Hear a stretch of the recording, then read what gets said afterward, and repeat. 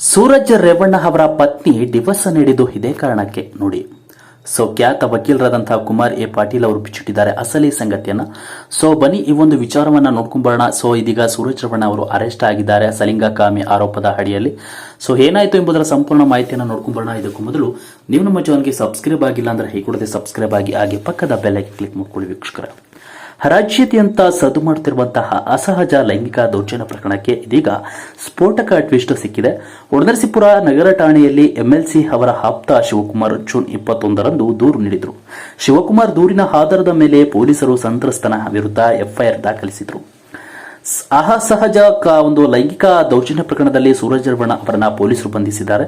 ಸೂರಜ್ ಬಂಧನವಾಗುತ್ತಿದ್ದಂತೆ ಇವರ ವೈಯಕ್ತಿಕ ಜೀವನದ ಕುರಿತಾಗಿ ಕೆಲವು ವಿಚಾರಗಳು ಮುನ್ನೆಲೆಗೆ ಬಂದಿವೆ. ಸೂರಜ್ ರೇವಣ್ಣ ಅವರ ಪತ್ನಿ ಬಿಟ್ಟು ಹೋಗಲು ಕಾರಣವೇನು ಎನ್ನುವ ಪ್ರಶ್ನೆ ಮುನ್ನೆಲೆಗೆ ಬಂದಿದೆ.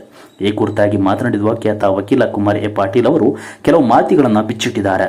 ಹೌದು, ವಕೀಲರು ಮಾತನಾಡಿದ್ದು ಹೇಗೆ ಅಂದ್ರೆ, ಅದು ಅಸಹಜ ಲೈಂಗಿಕ ಕ್ರಿಯೆ ಹಿನ್ನೆಲೆ ವಿಚ್ಛೇದನಕ್ಕೆ ಹಾಕಿದ್ರೆ ಅದು ಒಂದು ಕಾರಣ ಇರಬಹುದು.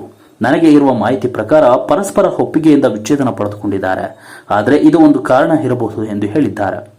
2021ರಲ್ಲಿ ವಿಧಾನಸಭೆ ಚುನಾವಣೆಗೆ ಸೂರಜ್ ರೇವಣ್ಣ ನಿಲ್ತಾರೆ. ಈ ವೇಳೆ ಚುನಾವಣೆ ಅಧಿಕಾರಿಗಳಿಗೆ ಅಫಿಡವಿಟ್ ಸಲ್ಲಿಸುವಾಗ ಸೂರಜ್ ಪತ್ನಿಯ ಹೆಸರನ್ನ ಖಾಲಿ ಬಿಟ್ಟಿರಲಾಗುತ್ತದೆ. ಪತ್ನಿಯ ಕುರಿತಾಗಿ ಯಾವುದೇ ಮಾಹಿತಿಯನ್ನ ನೀಡಿರುವುದಿಲ್ಲ. ಈ ವೇಳೆ ಸೂರಜ್ ರೇವಣ್ಣ ಅವರ ಮದುವೆ ಕುರಿತಾಗಿ ಸಾಕಷ್ಟು ಚರ್ಚೆ ಉಂಟಾಗುತ್ತದೆ. ಸೂರಜ್ 2018ರಲ್ಲಿ ಮದುವೆ ಆಗಿರ್ತಾರೆ, ಆದರೆ ಅಧಿಕಾರಿಗಳಿಗೆ ಸಲ್ಲಿಕೆ ಮಾಡಿರುವ ಅಫಿಡವಿಟ್ ನಲ್ಲಿ ಯಾಕೆ ಪತ್ನಿ ಹೆಸರು ಉಲ್ಲೇಖ ಮಾಡಿರುವುದಿಲ್ಲ, ಪತ್ನಿ ಆಸ್ತಿಯ ಉಲ್ಲೇಖ ಮಾಡಿಲ್ಲ ಎನ್ನುವ ಪ್ರಶ್ನೆ ಹಿನ್ನೆಲೆಗೆ ಬರ್ತಿತ್ತು. ಸದ್ಯ 2018 ಮಾರ್ಚ್ 4ರಂದು ಸೂರಜ್ ರೇವಣ್ಣ ಅವರು ಬೆಂಗಳೂರಿನ ಅರಮನೆ ಮೈದಾನದಲ್ಲಿ ಸಾಗರಿಕಾ ರಮೇಶ್ ಜೊತೆ ಮದುವೆ ಆಗಿದ್ರು. ಈ ಮದುವೆಗೆ ಕುಟುಂಬಸ್ಥರು ಹಾಗೂ ರಾಜಕಾರಣಿಗಳು ಮತ್ತು ಸ್ನೇಹಿತರು ಭಾಗಿಯಾಗಿದ್ರು. ಸಾಗರಿಕಾ ರಮೇಶ್ ಅವರ ಒಳ್ಳೆಯ ಕುಟುಂಬದಿಂದಲೇ ಬಂದವರು.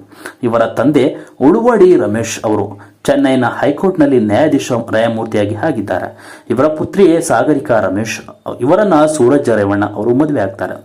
ಹಲವು ವರ್ಷಗಳ ಕಾಲ ಇಬ್ಬರು ಜೊತೆಗೆ ವಾಸವಾಗಿ ಜೀವನ ನಡೆಸ್ತಾರೆ.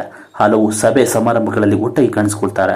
ಆದರೆ 2021ರ ಚುನಾವಣೆಗೆ ಅಫಿಡವಿಟ್ ಸಲ್ಲಿಕೆ ಮಾಡುವ ವೇಳೆ ಪತ್ನಿ ಕಾಣಿಸಿಕೊಂಡಿರಲಿಲ್ಲ, ವಿಚ್ಛೇದನ ನೀಡುತ್ತಾರೆ ಎನ್ನುವ ಮಾಹಿತಿ ಕೂಡ ಸಿಗ್ತಾ ಇದ್ದಾರೆ. ಇದರ ಬಗ್ಗೆ ನಿಮ್ಮ ಅನಿಸಿಕೆಗಳನ್ನು ತಿಳಿಸಿ ಅಂತ ಹೇಳ್ತಾ ವಿಡಿಯೋ ಮುಗಿಸ್ತಾ ಇದ್ದೀನಿ. Thank you.